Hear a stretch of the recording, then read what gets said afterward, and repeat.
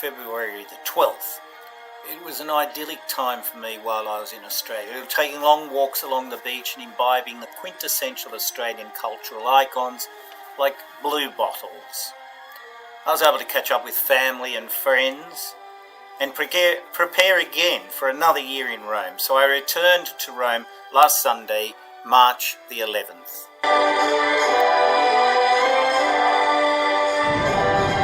Well, this is a great welcome to Rome.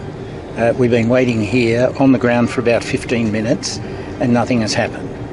The captain has just told us that the walkway that links the plane to the actual airport, you know, that movable contraption that comes out and greets people so that you go seamlessly from the aircraft into the terminal, is not working. So, welcome to Rome. Welcome to Rome. Always tell people who are coming to Rome that if you're prepared to put up with the inconvenience of nothing much working, you'll love the place. The lift in your hotel won't work, or if it does, it'll stop between floors. The telephone, certainly in your apartment, won't be functioning. And the buses, well, if they run on time, one of the doors won't open, and the signs inside won't be functioning properly to tell you what stop is the next stop. But there's a lot of noise going on outside as they're trying to repair this skywalk which links the aeroplane to the terminal, but nothing much is happening. So this is Rome. Welcome to Rome.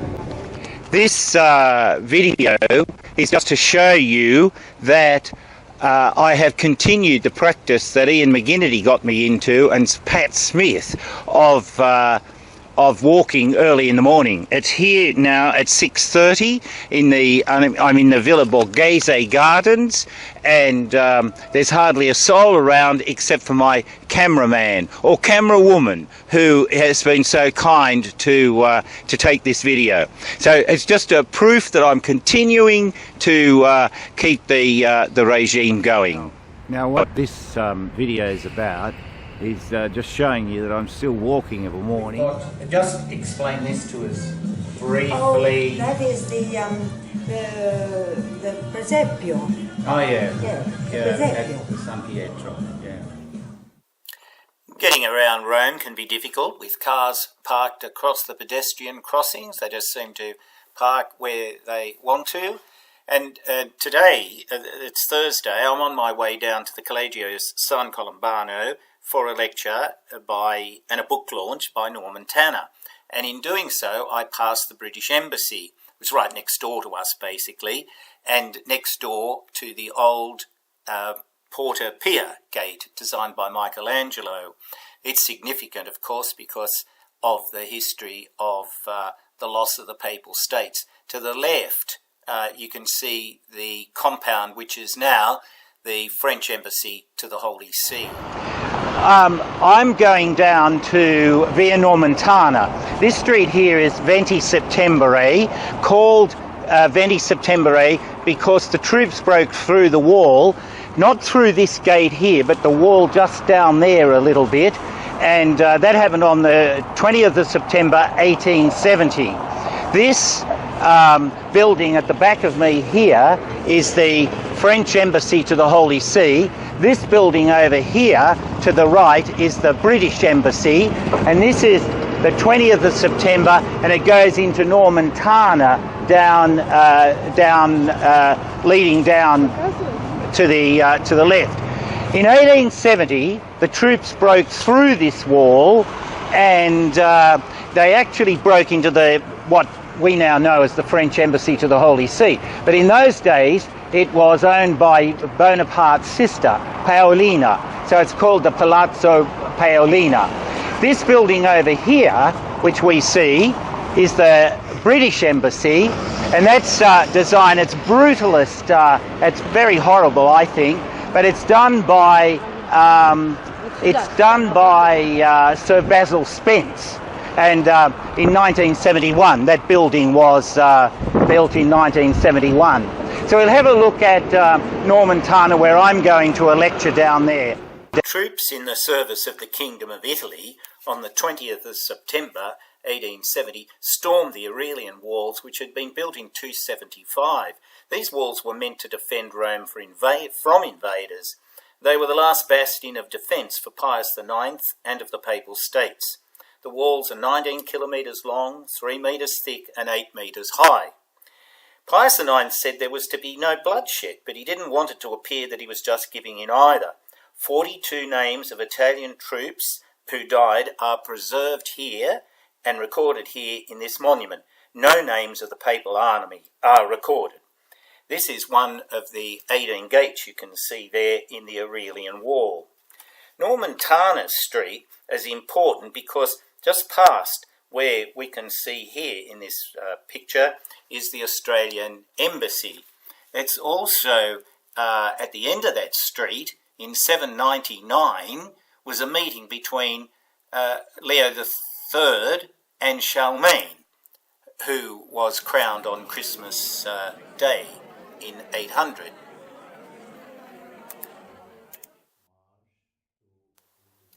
My main reason for being here at the Collegio San Colombano is to meet Father Norman Tanner.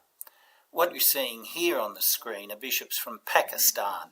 Norman Tanner's latest book has been translated into Urdu, the Pakistan language. But Norman Tanner wrote a book we used 50 years ago when we were studying ecumenical councils. He's a great man, and I told him when I met him, and you'll see him come on the screen in a minute. The Catholic Church, Christian churches, the subject of this short book, forms perhaps the most fascinating story of any institution in world history.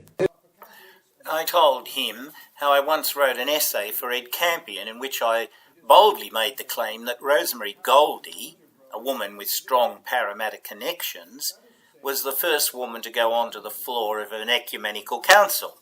Ed said, "What's your evidence for that?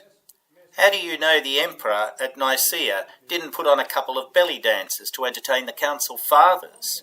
So I told Norman Tanner that, and he said that at Nicaea II, which is 787, the president was a woman, the Empress Irene.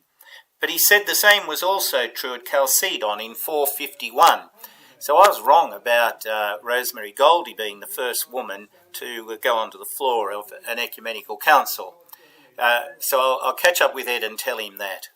It's recording already. Yeah, it is recording already. So this is David, and we go over to Ambrose.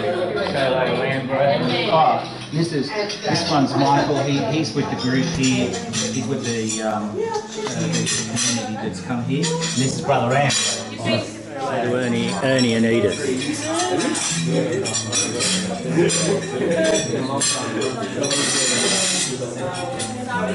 Excellent, thank you. Taxis that have been covered by the pilgrimage costs. 85,000 students in the Sydney Archdiocese. Meet Sister Anne Gardner. If I can just ask, this girl, oh yes, of course. Now, Melissa, can you... Do you mind coming in and just having, because what I've got your driver videoing us here. Are we allowed to video? You don't mind being videoed? Oh, look, we love it. Is that okay? Oh no, it's this one over here. So you've got us all in there? Yeah. Okay. So Who do we look at? well, that's it. You never know, do you? No. The video's capturing all the in-between. The video's capturing, and I've got a microphone here. So we've got Sister Anne Gardner here. Sister's going back to Bathurst Island. Well, eventually you get back to Bathurst Island. When will you be there? On Friday. Okay. How did you find out you're Australian of the Year? Well, I didn't know until it was announced that night in the big hall. Wow. Yes. Wow. Yes.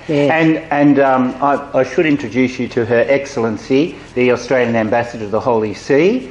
And Sister here is also the companion to... Anne Gardner. Yes, to Anne Gardner. Yeah, that's great. Today is St Patrick's Day, Saturday, and I'm down here at the Colosseum, and there doesn't seem to be anybody wearing green. Maybe it's not a thing for the Romans. I can't find anybody. Not to Jerusalem. Lo sai dove Jerusalem nat? Ibiza vai. Tua sperma e ovulo, madre e padre. Lo sai? Dalla, Lucio Dalla ti ha scritto. Madre e padre albergo Ibiza. Handicapati mondiali! Andate via, madre e padre albergo Ibiza! Capisci, monarca arabo già scrive, sperma e ovulo! There's somebody wishing me a happy St. Patrick's Dove Day. tua madre e padre? Tu lo sai dove tua madre e padre? Ciao. Albergo Ibiza vai! Sperma medicale! Pulla medicale vai albergo Ibiza! Allora.